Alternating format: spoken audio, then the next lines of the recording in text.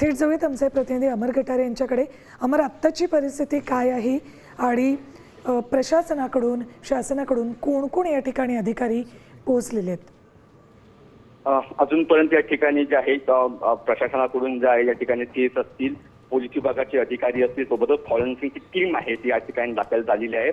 संपूर्ण वॉर्डची जी त्यांची पाहणी आणि तपासणी जी आहे फॉरेन्सिकच्या टीमने आताच केलेली आहे. नेमकी आग कशाने लागली आणि सोबतच ज्या 3 बालकांचा होरपळून मृत्यू झाला त्या बालकांचे DNA टेस्टसाठी सुद्धा त्यांनी जे काही प्राथमिक जी माहिती त्यांनी घेतलेली आहे.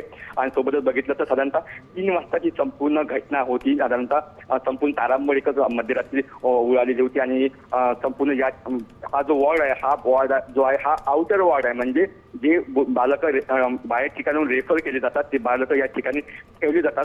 त्यापैकी 9 बालक या वॉर्डमध्ये होते आणि हा जो संपूर्ण जो मोठा जो 3 वॉर्ड या वॉर्ड लागून साधारणतः या संपूर्ण वॉर्डमध्ये 39 पेक्षा जास्त बालक जे आहे ते उपचार घेत होते. आणि हा जो वॉर्ड आहे हा आउटर वॉर्डमध्ये 3 बालकांचा होरपळून मृत्यू झाला. मात्र जे 6 बालक होते त्या 6 बालकांना इतर बालकांना काढण्यासाठी जे आहे ते त्या ठिकाणी असलेल्या आरोग्य परिचारिका असतील, डॉक्टर्स असतील, नर्स, एक वॉर्डबॉय असतील, सर्वांनी त्याचे प्रयत्न केले आणि सर्वांना सुरक्षित बाहेर काढलं. अमर, तुम्हाला